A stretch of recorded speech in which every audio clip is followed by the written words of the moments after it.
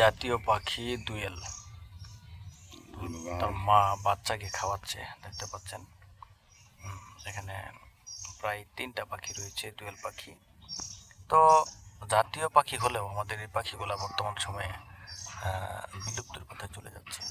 আমরা এখন এদেরকে খুব কম সময় দেখতে পাই এবং দেখা যায় না, এটাই স্বাভাবিক।